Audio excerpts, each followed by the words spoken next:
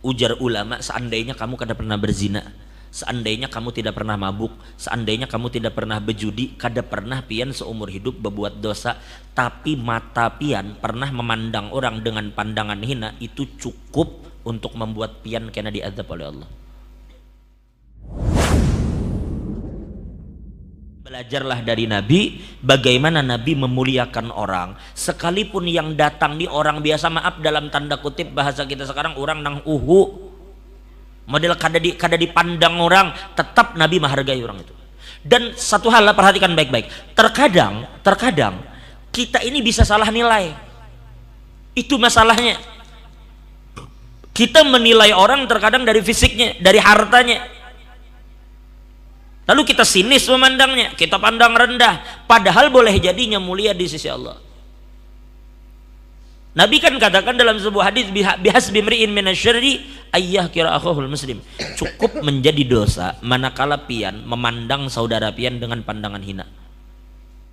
Ujar ulama, seandainya kamu kada pernah berzina, seandainya kamu tidak pernah mabuk, seandainya kamu tidak pernah bejudi, kada pernah pian seumur hidup berbuat dosa, tapi mata pian pernah memandang orang dengan pandangan hina, itu cukup untuk membuat pian kena diazab oleh Allah. Jangan menghina orang, merendahkan orang, menganggap orang buruk. Hati-hati. Dulu, perhatikanlah, ini diceritakan di dalam Mukhtasar Tarikh Dimashq. Dulu, perhatikan baik-baik, di zaman Nabi Isa ada seorang lelaki, maaf, matanya bolong. Bukan buta lah, bukan buta. Buta ada matanya. Ini bolong, jadi bola matanya tuh ke dada sebelah. Bola matanya sebelah ke dada. Itu ada di zaman Nabi Isa. Lalu kemudian masyarakat itu melihat ini sinis karena fisiknya kada sempurna. Jadi kekurangan fisik orang itu bukan jadi bahan lelucon lah. Karena Allah yang ciptakannya seperti itu. Lalu semua masyarakat yang ada di kampung itu memandangnya sinis. Itulah tijar. Karena matanya bolong, dijadikan orang sambatan, dijadikan orang hinaan. Singkat cerita, ternyata kota itu selama bertahun-tahun Allah kada turunkan hujan. Di kota itu bertahun-tahun hujan kada turun. Sampai akhirnya Nabi Isa berpikir untuk keluar, berkumpul masyarakat untuk mengajak mereka meminta hujan kepada Allah. Nabi Isa berpikir, berinisiatif mengajak mereka minta hujan. Begitu Nabi Isa akan melangkah keluar rumah, tiba-tiba turun wahyu. Apa? Ujar Allah Ta'ala kepada Nabi Isa, wahai Isa, kada usah ikam beuyuh-uyuh meminta hujan. Kenapa? Ujar Allah, selama di kota itu masih ada orang yang berbuat dosa dan tidak mengakui dosanya, setetes hujan kada bakal kuturunkan ya Allah Ta'ala. Selama di kota itu masih ada orang yang berdosa dan tidak mengakui dosanya, setetes hujan kada bakal kuturunkan. Akhirnya Nabi Isa berpikir, ujar Nabi Isa, kalau begini bisa kada turun hujan.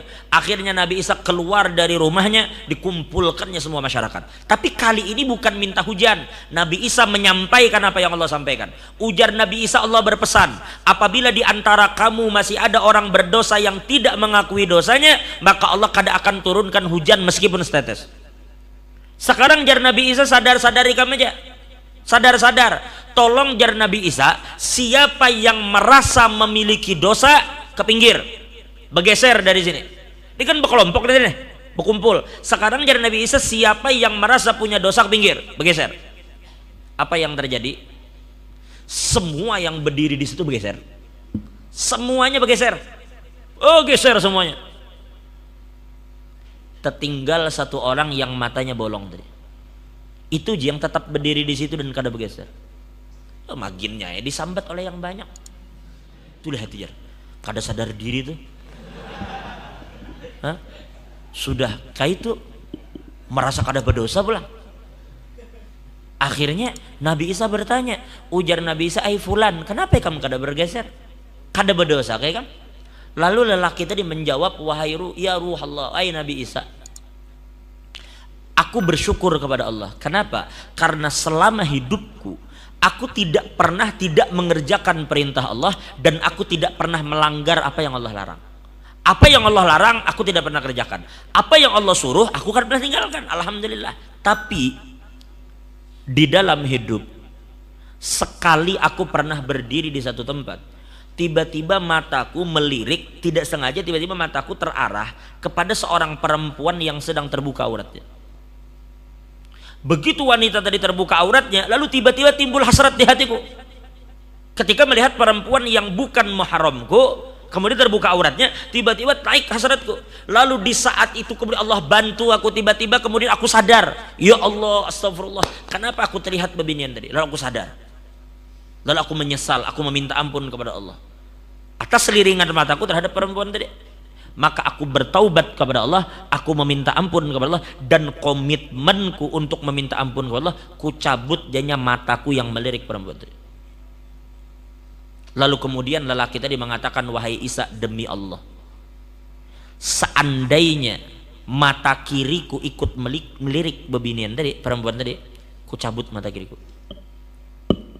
Maka di saat itu Nabi Isa mengatakan, wahai pemuda, angkat tanganmu, mintakan hujan kepada Allah. Laki tadi yang mengatakan, kada pian mintakan, pian Nabi.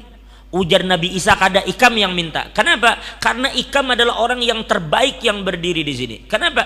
Ujar Nabi Isa, kalau aku kada berbuat dosa, wajar, aku ini Nabi, aku ini maksum. Jar Nabi Isa, bila aku kada berbuat dosa ya wajar, memang Allah jaga aku.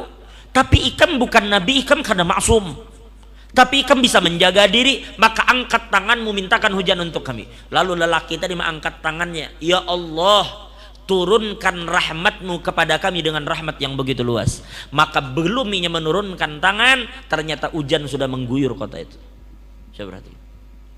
Nah, dari cerita ini kita bisa mengambil kesimpulan bahwa ternyata kadang-kadang ada di sekitar kita orang yang selama ini mungkin kita pandang remeh, kita anggap sepele. Ada bahasanya kada kita anggap lah. Orang yang selama ini mungkin kada kita anggap. Bila kita melihat kita sinis, bila kita kucilkan, kita bully. Tapi boleh jadi doanya lah yang menyebabkan kita terhindar dari bala. Doanya lah yang menyebabkan rahmat turun ke kampung kita. Hati-hati pian orang begitu. Itulah kenapa para wali itu Allah sembunyikan di antara kita. Siapa yang wali kan ada yang tahu. Boleh yang di ujung sana, yang di ujung sana, yang di mana, kita kan tahu siapa walinya. Kenapa Allah sembunyikan? Supaya pian bisa menghargai siapapun yang ada di sekitar pian, dan jangan hina mereka, karena boleh jadinya wali. Maka Imam Ghazali melajari kita. Ujar Imam Ghazali, kalau kamu itu masih muda, lalu kamu melihat ada orang tua, maka yakinkan di hatimu orang tua itu lebih baik dari aku. Bila kita nih muda masih, kita cayo ketemu lawan orang umur 60-70, sudah katakan dalam hati, kai itu lebih baik dari aku, titik. Kenapa? Karena aku dengan kai itu lebih duluan sidin hidup, berarti terbanyak sidin beramal daripada aku. Sidin umur 70, aku baru 30, berarti terbanyak sidin amal daripada aku. 40 tahun sidin berdahulu beramal, jelas lebih mulia sidin karena amal banyak sidin.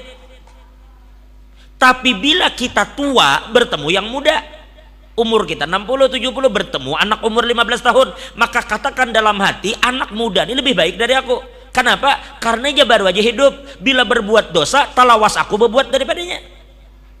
Karena dia baru aja hidup, umurnya pendek, berarti kan ada banyak dosanya.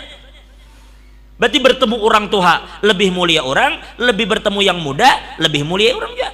Berarti kesimpulannya jadi Imam Ghazali, selalu lebih baik orang daripada kita, titik.